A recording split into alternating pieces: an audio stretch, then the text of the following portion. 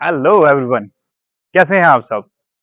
कल के वीडियो में मैंने आपको एक्सप्लेन किया था कि मेरा ये जो जीरो रट्टा चैनल है वो कैसा होने वाला है और उसमें आपको क्या क्या टिप्स देंगे। तो स्टार्ट करते हैं आज की वीडियो से। तो टिप क्या है? पहला, फर्स्ट ऑफ ऑल, हम जब भी किसी एग्जाम की प्रिपरेशन करते हैं तो हमें बेसिकली जो ध्यान रखना है वो ध्यान रखना है हमें कि हमें जब एग्जाम देना है तो पहले हमें उसका सिलेबस जो है वो एक बार गो थ्रू करना है, जो कि आप बिल्कुल 100% श्योर हूं मैं कि आप करते हैं।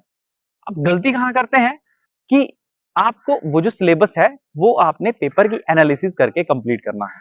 जो एग्जाम क्वालिफाई होगा वो आपका कहाँ से होगा? एग्जाम एनालिसिस से। फॉर एग्जाम्पल, मान के चलो अगर एक क्वेश्चन आया हुआ है एसिड बेस से रिलेटेड, तो गो थ्रू करो अपने सिलेबस में और उस क्वेश्चन को गो थ्रू करो कि एसिड बेस से और कौन कौन से क्वेश्चन इसमें आए हैं। ये साइंस के इस चैप्टर से इसमें और कौन से क्वेश्चन आए हैं। आई नो ये आप कर लोगे। फिर आएगी बात आपके पेपर को अटेम्प्ट करने की। तो पेपर जो अटेम्प्ट करना है वो कैसे करना है? पहले 1 to 100 मार्क्स, अगर सॉरी 1 to 100 क्वेश्चन, अगर उसमें 100 क्वेश्चन हैं तो पहले एक से लेकर के 100 क्वेश्चन तक चले जाओ, एक बारी में रीड कर लो। अब मैंने भी बहुत सारे एग्जाम जो हैं वो इस ही तरीके से क्वालिफाई करके निकाले हैं कि मैं पहले 1 से 100 क्वेश्चन तक कंटिन्यूटी में एक बार में रीड करता था और जो क्वेश्चंस मेरे पहले ही इसमें निकल जाते थे वो क्वेश्चंस जो है वो डायरेक्टली मेरे को मार्क्स दे देते थे। तो पहली जो रन होती है जिसमें हम क्वेश्चंस को सॉल्व करते हैं वो बहुत कम टाइम में बहुत ज्यादा क्वेश्चन सॉल्व करके देती है। फॉर एग्जाम्पल, पहली रन में मान के चलो मैंने 25 क्वेश्चन सॉल्व किए, 25 में से 10 क्वेश्चन निकल गए मेरे। तो ये जो 10 क्वेश्चन निकले हैं ये मेरे विद इन 5 मिनट्स निकल चुके हैं। अब मुझे आगे 75 क्वेश्चन ही पढ़ने हैं। तो वो जो 75 क्वेश्चंस रहने वाले हैं मेरे, वो क्या करूंगा मैं? अगली रन में कंप्लीट करूंगा।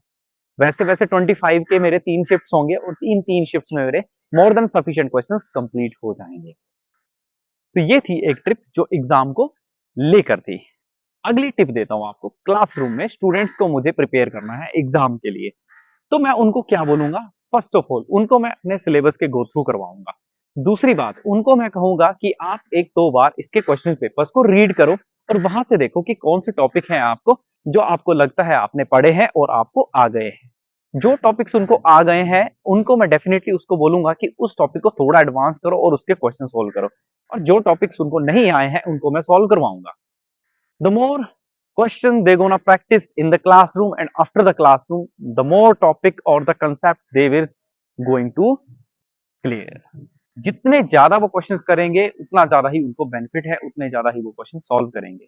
अल्टीमेटली दूसरी चीज क्या है कि अगर उनके ज्यादा से ज्यादा क्वेश्चंस गलत निकलते हैं इसका मतलब ये नहीं है कि वो पढ़ नहीं रहे हैं, इसका ये भी मतलब है कि उनमें टफ क्वेश्चंस को सॉल्व करने का जो एक तरीका है वो अभी उन्हें आया नहीं है। उस पर थोड़ा बहुत काम करके उसको रिवाइज करवाओ।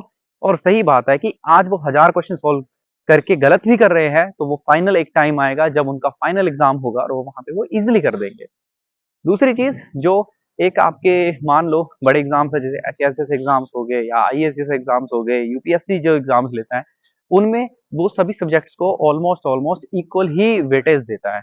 तो ऐसे ऐसे एग्जाम्स में आपको ध्यान देना है कि हिस्ट्री, ज्योग्राफी, पॉलिटी हो गई, इकोनॉमिक्स हो गया, वैसे वैसे को भी हमने इक्वल वेटेज के हिसाब से पढ़ना होता है। साइंस के स्टूडेंट को सबसे बड़ी यही दिक्कत आती है कि वो क्या करते हैं, वो साइंस को तो ज्यादा फोकस करते हैं पर हिस्ट्री, ज्योग्राफी जैसे सब्जेक्ट्स को वो पढ़ना ही प्रेफर नहीं करते। तो ये गलती आपने नहीं करनी है। आई होप आज की टिप्स आपको अच्छी लगी होंगी। कल की वीडियो में मैं आपको बताऊंगा क्लासरूम में जाने से पहले कैसे अपने आप को मेंटली और फिजिकली प्रिपेयर करना है, किस तरह के नोट्स लेके जाने हैं। तो मिलते हैं आपसे अगली वीडियो में, तब तक अपना ख्याल रखिए और मेरे टिप्स को सुनते रहिए और अपनी स्टूडेंट की लाइफ और टीचर्स की लाइफ को एडवांस में लेके जाइए, अपग्रेड कीजिए। Bye bye, take care.